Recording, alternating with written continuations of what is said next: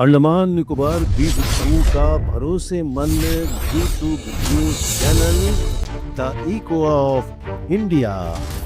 नमस्कार, the echo of India news channel में आपका स्वागत है। मैं राकेश चंद्रलाल। अंडमान निकोबार द्वीप समूह खास करके दक्षिण अंडमान और मध्योत्तर अंडमान क्षेत्र में जो बिजली की समस्या है उससे जल्द निजात मिलने की संभावना है और इस संबंध में जो सरकार की ओर से होप टाउन में जो 50 मेगावाट एलएनजी प्लांट स्थापित करने का जो मामला काफ़ी दिनों से चल रहा था, उस मामले में स्वीकृति प्राप्त हो गई है। प्रदेश भाजपा अध्यक्ष अनिल कुमार तिवारी ने हाल ही में एक प्रतिनिधि मंडल के साथ नई दिल्ली का दौरा किया था और दौरे के दौरान उन्होंने विभिन्न मंत्रालयों के मंत्रियों से मुलाकात की थी और द्वीप समूह के ज्वलंत समस्याओं से उन्हें अवगत कराया और परस्यू किया कि इन समस्याओं का जल्द से जल्द समाधान किया जाए, जिसमें बिजली, पानी, सड़क, कैम्बल बे में जो मुआवजा का मामला है, जो ग्रेट निकोबार प्रोजेक्ट को लेकर जो मुआवजा, जो नारियल पेड़, सुपारी पेड़ को लेकर जो मुआवजा का मामला है, उस मामले को लेकर पानी का तो है ही, फिर जो एयर बैगेज और इसको लेकर, और सबसे बड़ी बात जो बिजली, पानी, सड़क के साथ साथ जो रिजर्वेशन होता है सरकारी नौकरियों में आइलैंडर के लिए, वो जो है 100% रिजर्वेशन का जो मुद्दा था, उस मुद्दे को लेकर बातचीत की और बहुत ही सकारात्मक जवाब के साथ ये प्रतिनिधिमंडल वापस लौटा।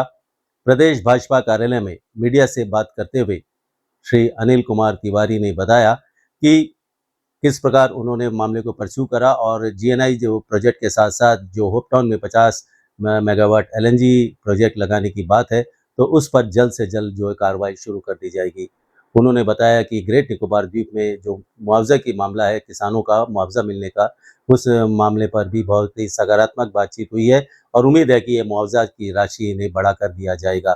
साथ ही जो रिजर्वेशन की बात है, जॉब रिजर्वेशन की बात है, उस पर भी उन्होंने बातचीत की और ग्रुप बी और ग्रुप सी के जो पद है उनको लेकर विशेषकर जो बातचीत हुई लद्दाख की तर्ज पर, तो काफ़ी सकारात्मक बातचीत रहे। श्री अनिल कुमार तिवारी ने कई मुद्दों पर मीडिया को संबोधित किया।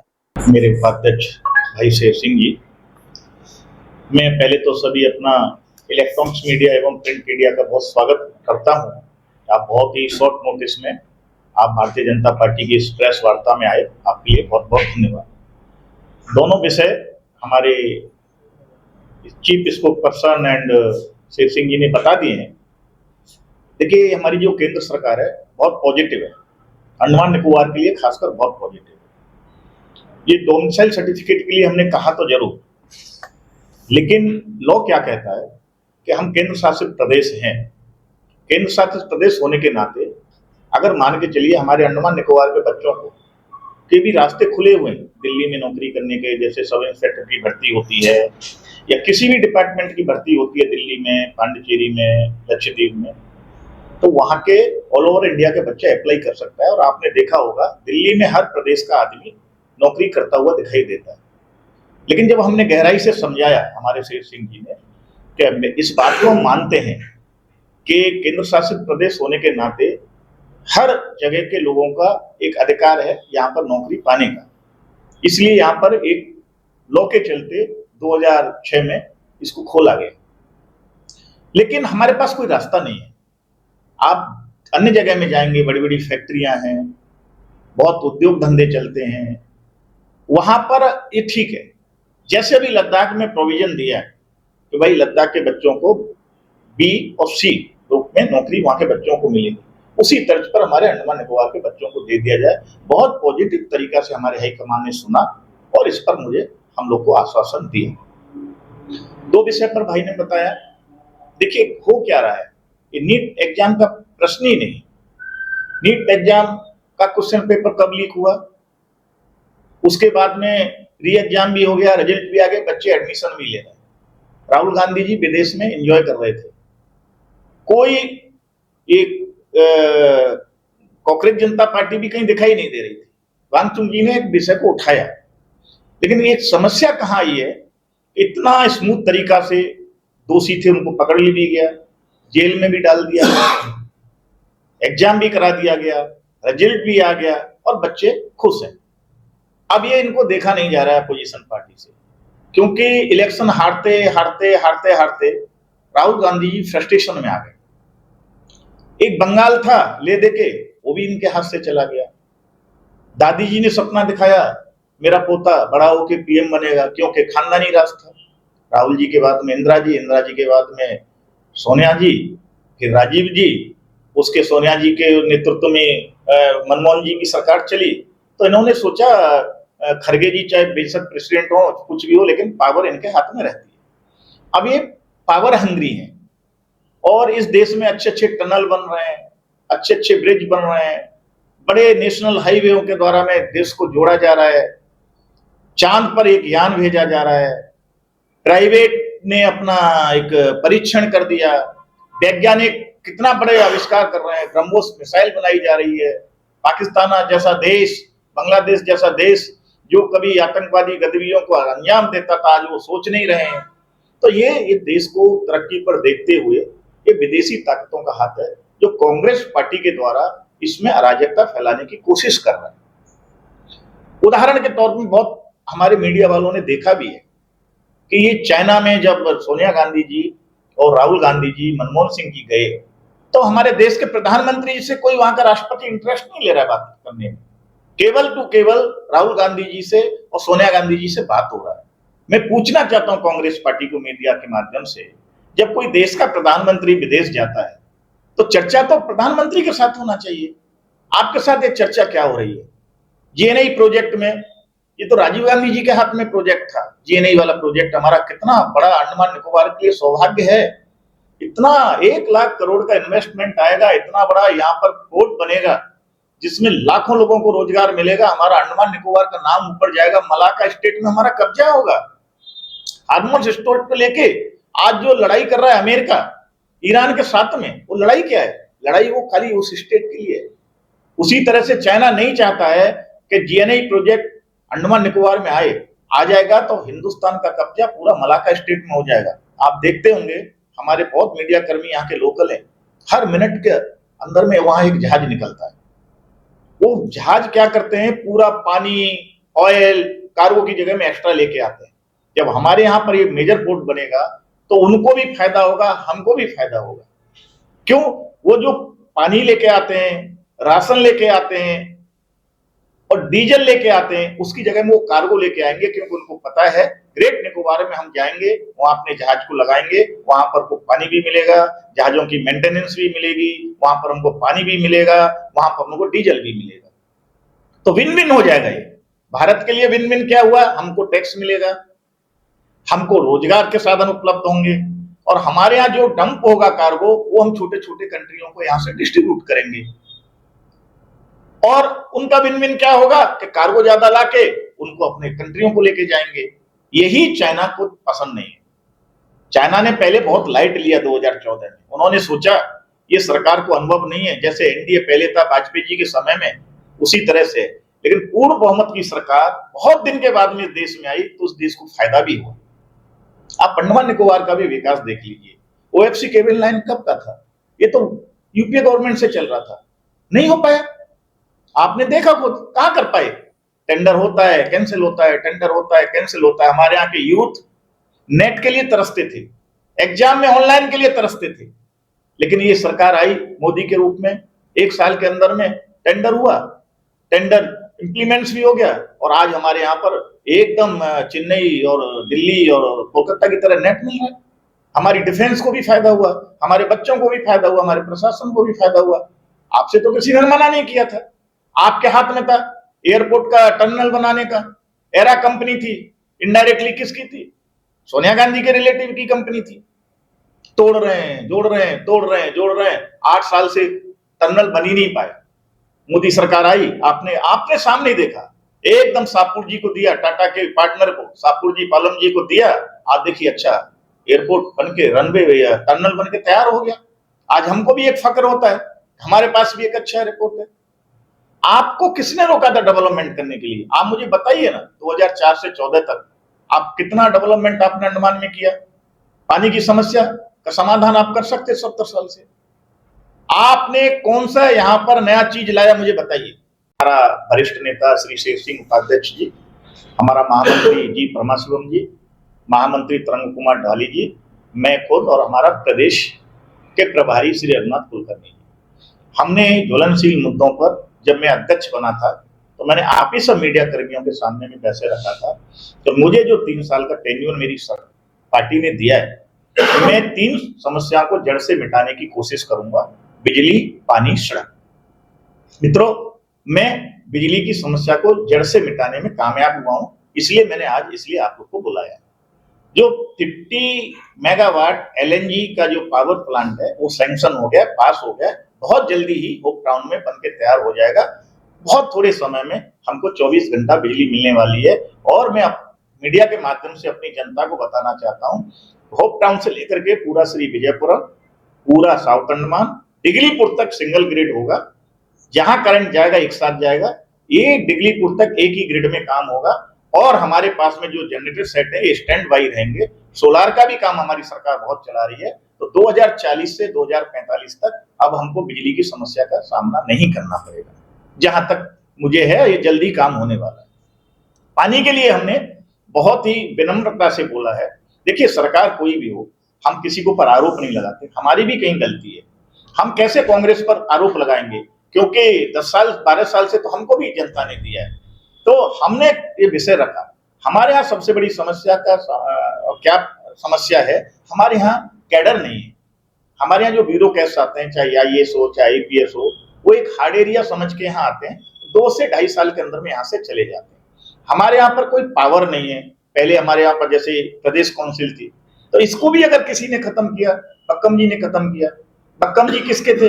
कांग्रेस पार्टी के एलजी थे। हमने ये भी डिमांड किया है कि हमारे प्रतिनिधियों को भी कोई पावर मिलनी चाहिए, जिससे कि हम अपनी योजनाएं अपने आप बना सकें। हम अपनी योजना बनाएंगे तो हमारे यहाँ के लोग रहेंगे, उसको इम्प्लीमेंट्स भी जल्दी होगा। अभी मैं ब्यूरोक्रेट्स की भी गलती नहीं मानता। मेरा नेचर अलग है, यमीन जी का नेचर अलग है, राकेश जी का नेचर अलग है। कोई फाइल को किस हिसाब से मूवमेंट करता है, काम होने वाला होता है, दूसरा अधिकारी आ जाता है, बोलता नहीं ऐसे नहीं ऐसे होना चाहिए, फिर वो उसको फाइल को ठंडे अवस्था में चली जाती है। तो मैंने सबसे पहले बोला है कि जो हमारा पंचायत है, हमारे यहाँ रोजगार के साधन नहीं है। तो सोसाइटी में काम करते थे बेरोजगार बच्चे, वो काम को जो बंद कर दिया गया है, उसको जल्दी से दोबारा प्रधान की पावर में जो काम चल रहा था प्रधान के द्वारा, जिला परिषद के मेंबर के पावर में जो काम चल रहा था जिला परिषद मेंबर के द्वारा, प्रमुख के द्वारा जो काम चल रहा था प्रमुख के द्वारा, काउंसलरों के द्वारा जो काम चल रहा था काउंसलर के द्वारा, जैसे पहले चलता था उसी तरीका से दोबारा इस काम को चालू किया जाए। और उनकी जो पावर सीज की गई है कोविड के बहाने में, कोविड का बहाना करके प्रशासन ने उन पावरों को दोबारा प्रदान किया जाए। हमारा हाईकमान शीर्ष नेतृत्व बहुत ही अच्छे से इस बात को सुना और उन्होंने बोला हम जल्द से जल्द इस समस्या का समाधान करेंगे। दूसरा, जो डोमिसाइल लॉ जो बताया, शेर सिंह भाई ने बता दिया, मैं उस पर जाना नहीं चाहूंगा। बहुत ही जल्दी इसको हम लोग को खुशखबरी मिलेगी। लेकिन कहते हैं ना, जब तक खाना पेट के अंदर नहीं जाता तब तक हमको ये नहीं बोलना चाहिए खाना बहुत स्वादिष्ट था। जब ये आ जाएगा हम जरूर आपको इसकी सूचना देंगे। और हेल्थ के बारे में जो बोला, देखिए हमारे यहाँ हेल्थ की पोजीशन अभी थोड़ा सा, मेडिसिन भी नहीं मिल रही है, कुछ नहीं हो रहा है। ये विषय हमने बहुत अच्छे से बताया है और हमारे हाईकमान ने बहुत अच्छे से सुना है। मैंने ये भी पता किया, देखिए कोई भी चीज हम आरोप डाल दें और उसकी हमको समस्या का पता ना हो तो उसका समाधान नहीं हो सकता। मैंने मेडिकल में जाके पूछा, भाई हमारे यहाँ फंड भी बहुत आता है, जीबी पंत का फंड भी रिटर्न हो जाता है, तो ये दवाइयों का प्रॉब्लम क्या है? तो वहां ये बताया गया, अंडमान निकोबार में जो जेम्स के द्वारा सप्लाई हो रही है, टेंडर तो ले लेते हैं लोग, लेकिन उनको बाद में पता चलता है कि अंडमान निकोबार बहुत दूर है, यहाँ पर कार्गो का खर्चा लगेगा, यहाँ पर पेमेंट आने में भी डिले होगा, तो कंपनियां समय पर सप्लाई नहीं कर पाती। तो हमने आग्रह किया है कि अंडमान निकोबार को कम से कम हमको जेम से एक मुक्ति दिला दी जाए, क्योंकि हम लोग बहुत दूर में रह रहे हैं। दूर में रहने के कारण क्या है, मेनलैंड में क्या है कि जेम में अभी मान के चलो लखनऊ में कोई टेंडर हुआ, लखनऊ में बहुत डिस्ट्रीब्यूटर बैठे हुए हैं, उन्होंने टेंडर डाल दिया, तुरंत 2-3 दिन के अंदर सप्लाई कर दिया। लेकिन अंडमान निकोबार में सप्लाई होने में कम से कम महीनों लगते हैं। सामान आके चेन्नई पोर्ट में पड़ा रहता है, कलकत्ता पोर्ट में पड़ा रहता है, सामान नहीं आ पाता है। तो हमको कम से कम जेम से इसको मुक्ति दिला दी जाए। ड्रिंकिंग वाटर के बारे में हमारे भाई ने बता ही दिया। और मैंने एक 5वां पॉइंट जो रखा, 5वें पॉइंट में हमने जो रखा है कि हमारा जो डिगलीपुर है और कैमल वे, वो बहुत ही अच्छा टूरिज्म वहां पर किया जा सकता है। एयरपोर्ट भी हमारा लगभग बन के तैयार है।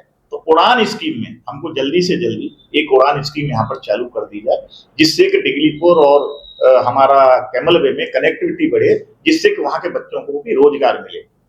छठवां पॉइंट मेरे दोस्तों, हमारा आइलैंड कैमल वे आइलैंड में जो प्रोजेक्ट आ रहा है उनकी डिमांड भी जायज है। अभी तक प्रशासन पता नहीं किस कारण से ऊपर में समझा नहीं पाया था। हमारी टीम एक समझाने में कामयाब हुई कि वहां का सर्किल रेट बहुत कम है। सुपारी का पेड़ और नारियल का जो पेड़ का दाम दिया जा रहा है बहुत कम है, क्योंकि वो कोई भी आदमी नहीं चाहता कि हमारे यहाँ ये प्रोजेक्ट ना आए, लेकिन उसकी चीज का अगर सही उचित मूल्य नहीं मिलेगा तो उसके मन में कष्ट होगा।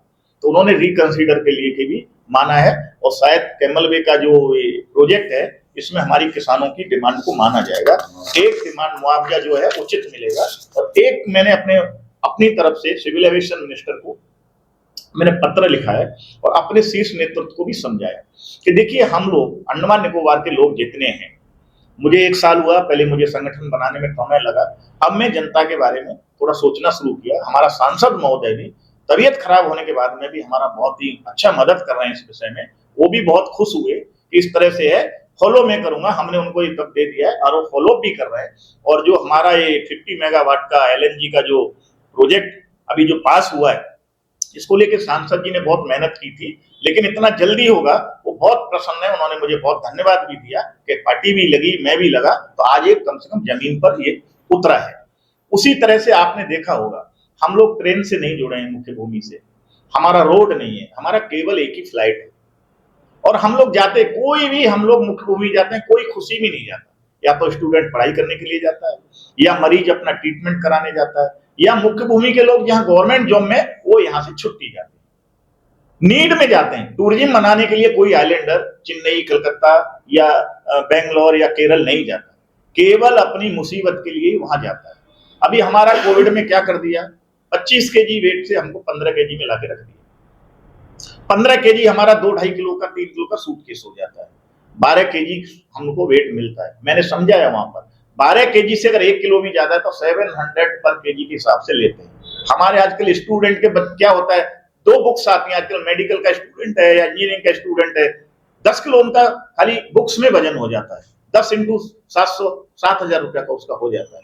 तो हमने डिमांड की है, हमारा हाथ जोड़ के विनती की हमने शीर्ष नेतृत्व से, हमको कम से कम 25 केजी वेट आइलैंडर्स के लिए, उनके पास सर्टिफिकेट देखिए, आइलैंडर कार्ड देखिए, आधार कार्ड देखिए, जिसके आधार कार्ड में, आइलैंडर कार्ड में अंडमान निकोबार का, श्री विजयपुरम का, डिगलीपुर का, कैमल वे का, साउथ अंडमान का एड्रेस है, उनको ये सुविधा 25 केजी की देनी चाहिए। दूसरा मैंने एक रिक्वेस्ट किया कि 15 केजी वजन एक ओल्ड एज आदमी नहीं उठा सकता, एक बच्चा नहीं उठा सकता, कम से कम हमको 2 रजिस्टर्ड बैगेज अलाउ किया जाए।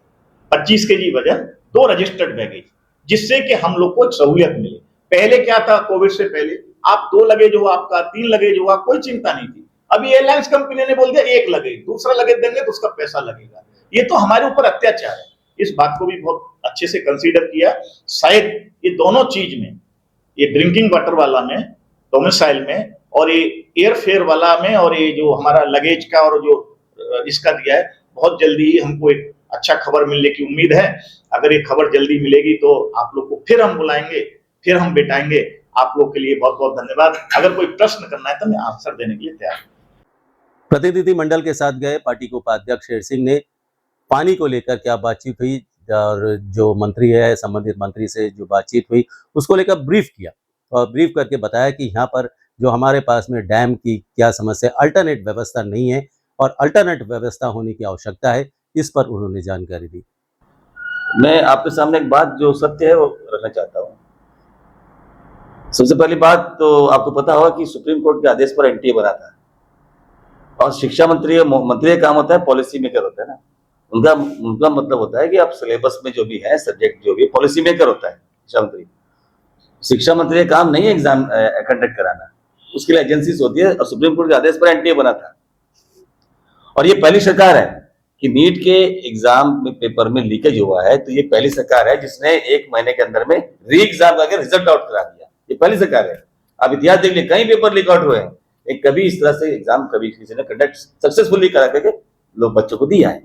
और ये भी क्या है कि जिसमें जो लैकुनास है, जो कहीं कमियां रह गई है, उसको भी सरकार दूर करने के लिए आगे आ रही है।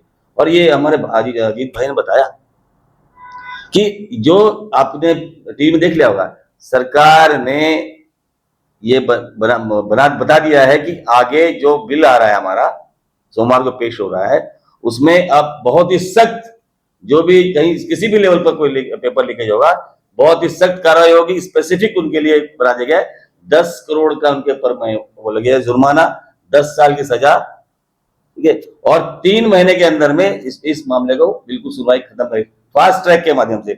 और रात को सूचना मिल भी गई है कि फास्ट ट्रैक का गठन कर भी दिया गया है सरकार ने।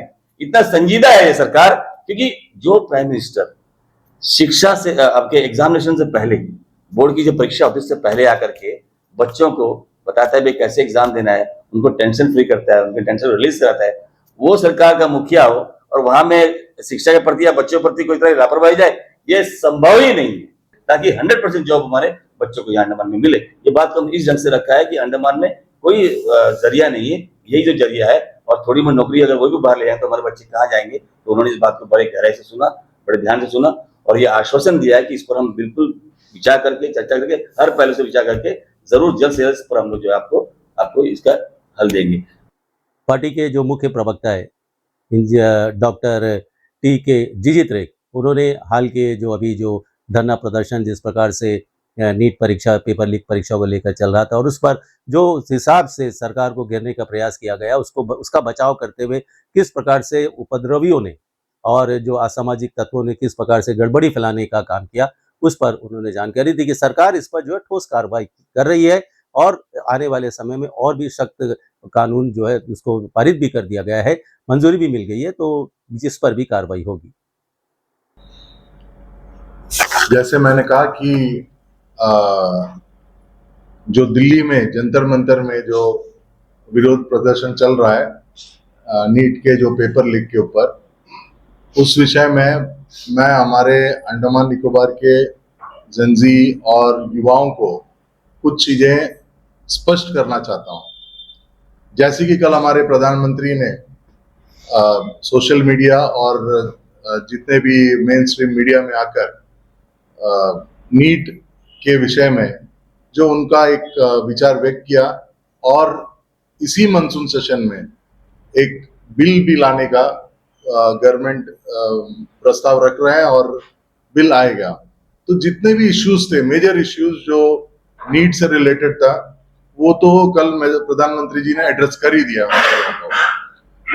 लेकिन ये जो सीजेपी है और उनके साथ आज के डेट में कई पार्टीज, जो पॉलिटिकल पार्टीज है, जो उनके साथ मिलकर दिल्ली में जो आतंक मचा के रखा हुआ है, उनका ये जो आंदोलन को वापस लेने का कोई इरादा ही नहीं है। जबकि उनका मुख्य जो उनका समर्थक था सोनम वांगचुक जी, उन्होंने अपना अनशन तोड़ दिया है। लेकिन फिर भी अभिजीत डिक्के जो भी है, वो जो है इस मैटर को लेकर अभी उनका कहना है कि जब तक धर्मेंद्र प्रधान जी रिजाइन नहीं करेंगे, वो इस धरना को वापस नहीं लेंगे। मैं आप लोगों से पूछना चाहता हूं कि क्या अंडमान का अगर एग्जांपल लिया जाए, यहां पे एक पटवारी या फिर एक पीडब्ल्यूडी का जेई या किसी भी डिपार्टमेंट का कोई भी एक बंदा नीचे में बड़ा करप्शन कर देता है, तो क्या उसके लिए हम लोग डिमांड करेंगे कि चीफ सेक्रेटरी रिजाइन कर ले या फिर पीडब्ल्यूडी के चीफ इंजीनियर रिजाइन कर दें? मतलब ही नहीं है। आप अगर नीट को अगर इसको अगर प्रॉपरली फॉलो कर रहा हो तो आपको मालूम होना चाहिए कि नीट का जब पेपर लीक का विषय आया था तो इसका इंक्वायरी ऑर्डर किसने किया? यही धर्मेंद्र प्रधान जी ने किया। और जो लोग इसमें इन्वॉल्व थे, 12 लोग आज जेल के अंदर हैं।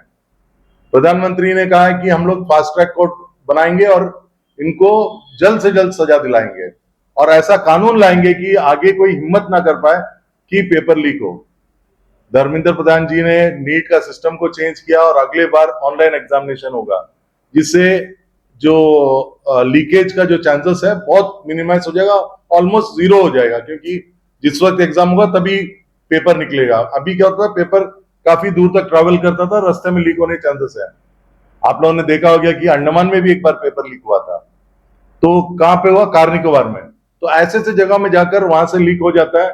तो उसके लिए अगर सेंट्रल मिनिस्टर रिजाइन करने का डिमांड रखे तो ये कोई, मैं नहीं समझता कि कोई नीट ही नहीं है कोई पर्टिकुलर विषय। आम आदमी पार्टी बहुत चिल्ला रहा है। पंजाब में अभी अभी पेपर लीक हुआ, उन लोगों ने अपने एजुकेशन मिनिस्टर को क्यों नहीं सैक किया? उनका इस्तीफा मांगना चाहिए था, नहीं मांगा।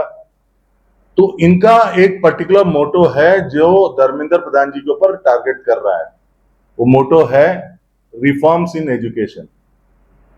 कम्युनिस्ट पार्टी और जितने भी एसएफआई और ये जितने भी वहां बैठे हैं, हमारे एक पत्रकार बंधु अभी दिल्ली जाकर आए, तो देखा होगा कि जो नॉन पॉलिटिकल जो धरना बोलकर वहां पे काउंटर्स किसका लगा हुआ है? एसएफआई और कम्युनिस्ट, जिसको हम लोग डफली गैंग बोलते हैं, टुकड़ा टुकड़ा गैंग, उन लोगों का काउंटर्स लगा हुआ है। रीजन क्या है कि उन लोगों का जो जितने भी इतिहासकार माना जाता तो सब कम्युनिस्ट ओरिएंटेड था, जो सीबीएसई के कोर्सेस वगैरह बनाया। तो सीबीएसई के कोर्सेस में काफी सारे चेंजेस लेके आया, जो एक रेवोल्यूशनरी चेंज था। इससे उनके ऊपर इनकी नाराजगी है। पेपर लीक का कोई, मेरे को नहीं लगता कि पेपर लीक के कारण धर्मेंद्र प्रधान जी को टारगेट किया जा रहा है। धर्मेंद्र प्रधान जी जो रिफॉर्म्स ला रहे हैं उसके कारण उनको टारगेट किया जा रहा है। तो ये जो मैं एक और मुख्य विषय पूछना चाहूंगा कि ये जो अभिजीत टिके जो भी है, वो एक बार भी स्टेज में खड़ा होकर नॉन वायलेंस जो चल रहा है दिल्ली में, जो सरकारी प्रॉपर्टी को तोड़ रहा है, पुलिस को मार रहा है, बीजेपी वालों को अगर दिख जाए तो उनका पिटाई कर रहा है, इसके खिलाफ में एक भी कंडम करने का स्टेटमेंट दिया उन्होंने? एक भी स्टेटमेंट नहीं दिया उन लोगों ने। अगर वो चाहते कि ये सब प्रॉब्लम एक नॉन वायलेंट रूप से हो तो स्टेज से उनका ये डिमांड होना चाहिए, या फिर स्टेज से मैसेज देना चाहिए कि आप लोग ऐसा कुछ ना कीजिए जिसके कारण वायलेंस और सरकारी प्रॉपर्टी को तोड़फोड़ हो। और उनका तो स्टेज से कहना है कि हम पार्लियामेंट को उखाड़ देंगे। एक अरुंधति रॉय जो कश्मीर को इंडिया का पार्ट ही नहीं समझता, उसको स्टेज में बिठाया जा रहा है, और उमर खालिद का पिताजी आ रहा है स्टेज में, और उनके साथ बैठकर उनके साथ समर्थन लिया जा रहा है। तो ये सब एजेंडा जो है एंटी नेशनल एजेंडा चल रहा है। और जब 20 तारीख को जब पार्लियामेंट की तरफ मार्च हो रहा था, इनके लीडर सब एक तो ट्रक के अंदर जाकर छुप गया, दूसरा मेट्रो में जाकर बर्गर खा रहा था, और तीसरा उनके 2 जन जाके वहां पे नड्डा जी के पास गए और उनका कहना था कि उनको हाउस अरेस्ट कर दिया, मोबाइल लेकर रख लिया। वीडियो में क्लियर दिख रहा है उनके हाथ में मोबाइल भी है और डेटा बैंक भी उनके हाथ में। तो झूठ बोलकर हमारे युवाओं को बरगला कर हमारे जो देश के फ्यूचर है उनको बर्बाद करने के लिए एक षड्यंत्र रचा गया है, जिसमें अमेरिकन डीप स्टेट, पाकिस्तान और देश के जो विरोधी तत्व है सब शामिल है। छोटा सा एग्जांपल मैं बताना चाहता हूं कि शर्म आना चाहिए उन लोगों को जो पाकिस्तान से बुक किया, स्विगी से जो डिलीवर हुआ वो खाना लेकर खाया और भारत विरोधी नारा लगाया। उन लोगों तो मैं कहता हूं कि उन लोगों को छोड़ना नहीं चाहिए, आइडेंटिफाई करके पकड़ना चाहिए। अरे हम यहाँ नीट के पेपर के लीक के विषय में और पाकिस्तान का दिया हुआ खाना खाकर आप वहां पे धरना देंगे? खाना है कराची, बड़ा गर्व से बोल रहा है कराची से खाना भेजा है। अरे बेवकूफों, ये तो समझो कि वो जो खाना है आपको पाकिस्तान से आ रहा है और वो हमारा दुश्मन देश है। वो चाहते हैं कि हमारे देश डिसइंटीग्रेट हो। एक पम्मी है जो खालिस्तान वाला, वो कल बोल रहा है रिजर्वेशन से कुछ नहीं होगा, यूनियन ऑफ इंडिया को डिसइंटीग्रेट करो। ये सब सुनकर बैठना, और ये क्या होता है कि ये जो इंस्टा में स्पॉन्सर करके ये जो रील्स चला रहा है उसको हमारे यूथ जो है आज इंस्टा और इसमें ज्यादा डिपेंडेंट है, उनको वही दिखता है। अभी एल्गोरिथम जो है वही दिखा रहा है, तो उनके दिमाग में सेट कर देना कि ये जो सरकार है देश विरोधी है। गालियां देना, आप लोगों ने देखा होगा कि क्या क्या मतलब गंदा गंदा तरीके से वहां पे पेश कर रहा है। हमारे सरदार भाई वहां पे आए थे उनके सपोर्ट में, अभी उनके विरोध में खड़ा है। उन लोग बोल रहे हैं, अभी स्टेटमेंट दे रहा है कि हम लोग यहाँ पे नॉन वायलेंस जो तरीके से प्रदर्शन होगा वो सोच कर आए थे, अभी हम लोग वायलेंस को रोकने के लिए हम लोग खड़े हैं यहाँ पे, जो भी वायलेंस करेगा हम उनको पकड़ के पुलिस को दे देंगे। तो ये सब चीजें हैं, ये सब चीजों को समझना चाहिए। मैं हमारे जैनजी से, आपके माध्यम से हमारे जैनजी और यूथ से अपील करना चाहूंगा कि आप लोग सिर्फ रील्स देखकर नहीं, थोड़ा बहुत रिसर्च भी कीजिए और देखिए कि इनका मेन मोटो क्या है। इनका स्टेज से कहा जाता कि हम हिंदुस्तान को नेपाल बना देंगे, हिंदुस्तान को बांग्लादेश बना देंगे। अरे 140 करोड़ जनता चुनकर आया हुआ सरकार है, ऐसा नहीं है कि कोई डिक्टेटर आके बैठ गया है। और मोदी जी जो हमारे प्रधानमंत्री हैं वो हर चीज को ध्यान रखते हैं और उन्होंने कल टीवी में आकर ओपनली हर चीज बहुत सिंपल तरीके से समझाया है। वो रील्स को देखिए, उनको स्टडी कीजिए तो आपको ये जो चाल चल रहा है डीप स्टेट का, ये सब क्या उनका मोटो है, सब समझ में आ जाएगा। बहुत बहुत धन्यवाद, नमस्कार। अंडमान निकोबार द्वीप समूह का भरोसेमंद YouTube news channel the echo of India